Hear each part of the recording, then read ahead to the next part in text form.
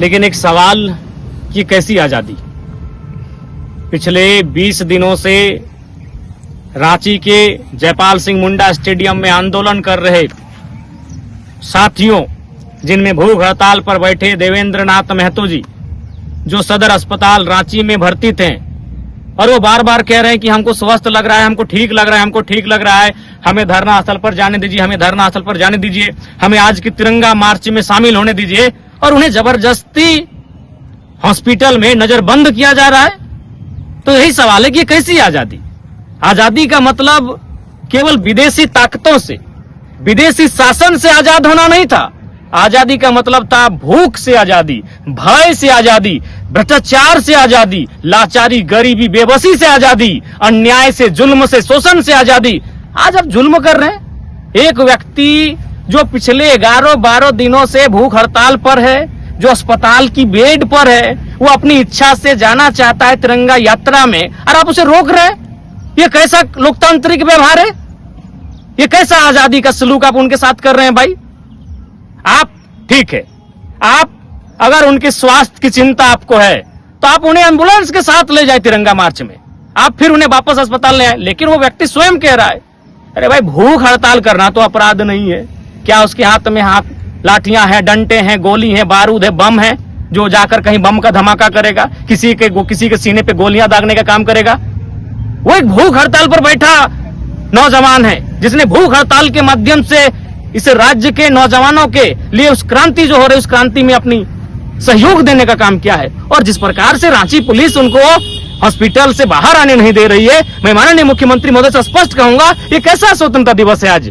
ये कैसे 15 अगस्त की आजादी हम मना रहे हैं, जहां भूख हड़ताल पर बैठना गुनाह है, जहां सत्याग्रह पर बैठना गुनाह है? अरे भाई कोई बंदी होता, कोई हिंसक उग्र आंदोलन होता, आप डिटेन कर लेते, आप अरेस्ट कर लेते, जो आपकी इच्छा थी हाउस अरेस्ट कर लेते।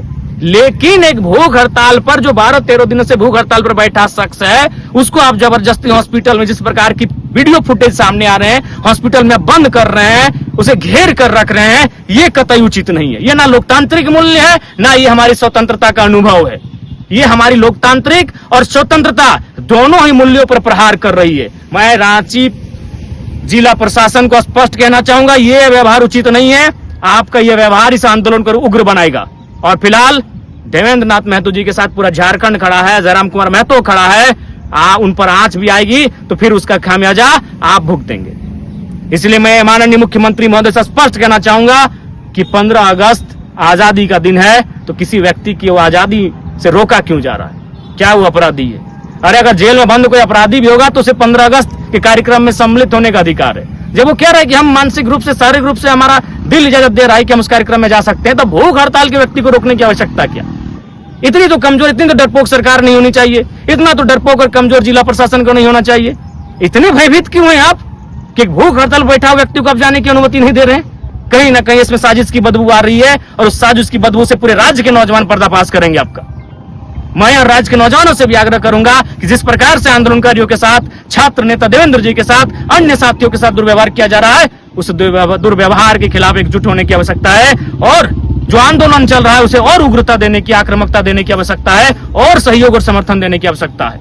इसलिए मैं पूरा राज्य जिस प्रकार से अब कृत्य कर रहे हैं वह देख रहा है, इस आंदोलन की गति को और धार देने का काम करेगा। अफसोस है, बेहद ही अफसोसजनक ये तस्वीर है कि आप किसी को आजादी के दिन कैसे रोक सकते हैं उस कार्यक्रम में शामिल होने से, जो कार्यक्रम ये आजादी के लिए हो, जो कार्यक्रम तिरंगा के सम्मान का हो। बहुत ही खेदजनक है।